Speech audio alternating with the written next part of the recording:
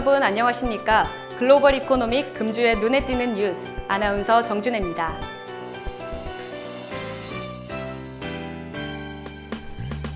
프랑스 선사 CMA CGM이 유럽 항로 경쟁력을 강화합니다. 관련 업계에 따르면 CMA CGM은 유럽 역내 서비스 전문 업체인 핀란드 선사 컨테이너십을 인수합병했습니다. 이번 인수는 유럽권 내 피더 컨테이너선만 취급하는 작은 선사와의 몸집 불리기여서 해운업계 내 서열 변화는 없는데요. 하지만 이번 인수로 CMA CGM의 유럽 항로 서비스는 한층 강화될 전망입니다. 그동안 CMA CGM은 독일 하팡로이드 합병설에 이어 대만 해운선사 에버그린과의 M&A설이 제기되는 등 덩치 키우기에 주력해왔습니다. 그러다 지난 6월 컨테이너십과 인수를 추진했고 최근 모든 절차를 완료하고 M&A를 매듭지었습니다.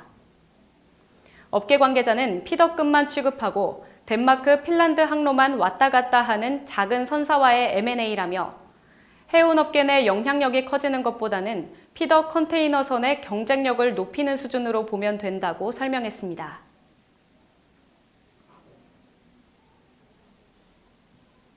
지구온난화를 줄일 수 있도록 친환경 기제 도입을 서두르고 있다. 토마스 스쿠룹이 아메리칸 항공 한국 일본 영업이사에 따르면 항공업계에 불고 있는 친환경주의 열풍에 동참한다고 밝혔습니다. 이어 아메리카 항공은 현재 인천 댈러스 노선에 보잉사의 7879 드림라이너를 투입해 운항 중이라며 기종 평균 연령을 낮추면서 지구온난화는 억제하고 지속적으로 탄소 배출을 줄이는 기제를 도입하겠다고 말했습니다. 항공업계는 최근 대기 환경 문제를 유발하는 이산화탄소 배출과 엔진 미세먼지 등 감축에 도움이 되는 친환경 기제 도입에 적극적입니다. 이에 아메리칸 항공도 지난 2월 보잉 7879 드림라이너를 도입해 인천 댈러스를 띄우고 있습니다. 보잉 7879 항공기는 기체 50% 이상을 탄소 복합 소재로 만든 환경 친화적인 차세대 항공기로 꼽히며 기내 기압과 습도를 높여 고객들에게 보다 쾌적한 기내 환경을 제공합니다.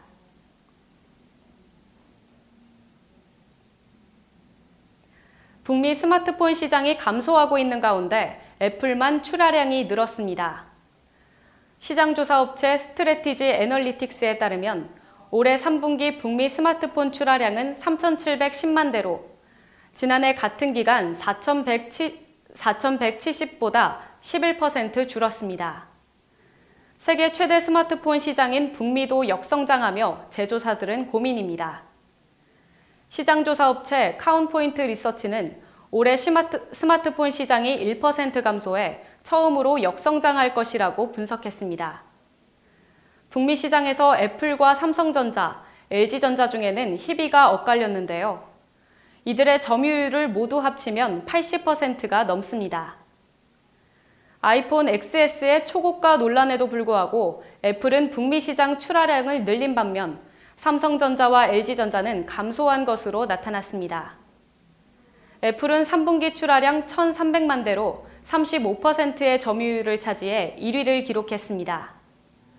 지난해 같은 기간 1,280만 대, 30.7%에 비해 출하량과 점유율을 모두 올렸습니다.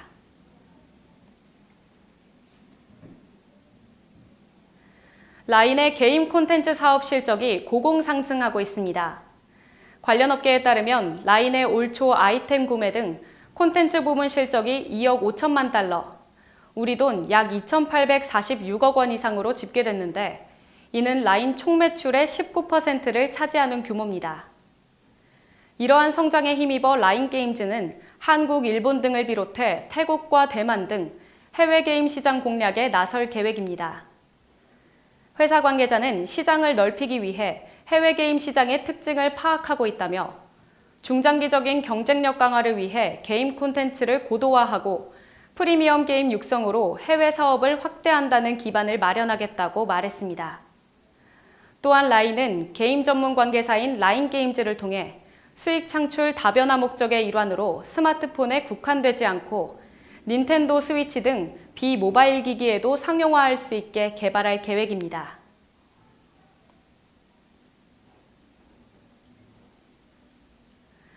삼성전자는 QLED 8K TV가 권위 있는 독일 AV 전문 평가지 비디오로부터 최고의 TV라는 평가를 받았다고 밝혔습니다.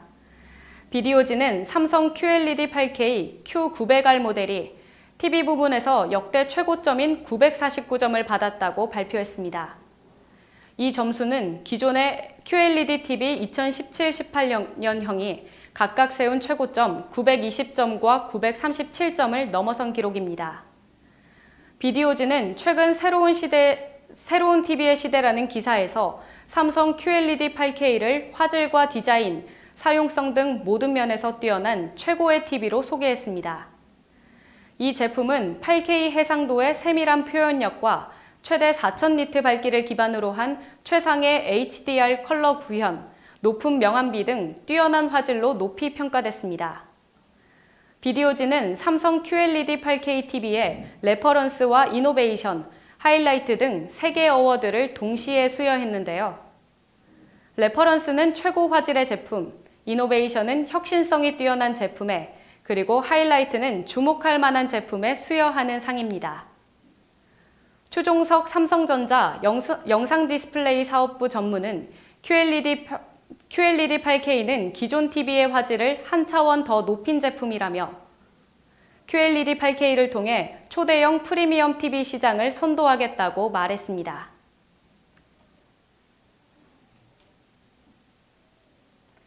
LG전자가 대형 유통업체인 이마트와 함께 대형마트를 이용하는 고객들이 편리하게 쇼핑할 수 있는 리테일 서비스 로봇을 개발합니다. LG전자와 이마트가 가장 먼저 선보일 리테일 서비스 로봇은 스마트 카트인데요. 이 로봇은 사물인식 기능을 통해 장애물을 스스로 피하는 자율주행 기능을 갖추고 있어 쇼핑하는 고객을 따라다니며 무거운 카트를 직접 끌고 다녀야 하는 수고를 덜어줍니다. LG전자에서는 로봇 제품군인 LG클로이를 개발해온 로봇 선행연구소가 리테일 서비스 로봇에 대한 개발을 맡았습니다. 로봇 선행연구소는 지난해 6월 지능형 로봇의 선행 연구를 위해 CTO 부분 산하 컨버전스 센터 내에 설립됐습니다. 연구소는 지난해 인천국제공항의 공항 안내 로봇을 선보였고, 최근 LG유플러스와 공동으로 파리바게트에 들어가는 클로이 홈을 개발해 스마트 베이커리 시범 서비스도 시작했습니다. LG전자 컨버전스 센터장 조태길 전무는 다양한 장소에 서비스 로봇을 선보이며 고객들에게 로봇에 대한 새로운 경험과 가치를 선보일 것이라고 강조했습니다. LG전자는 지난해 웨어러블 로봇 스타트업인 엔젤 로보틱스를 시작으로 올해 서비스 로봇 솔루션 업체 로보티즈, 인공지능 스타트업 아크릴과 산업용 로봇 제조업체 로보스타 등의 지속적인 투자를 진행해왔습니다.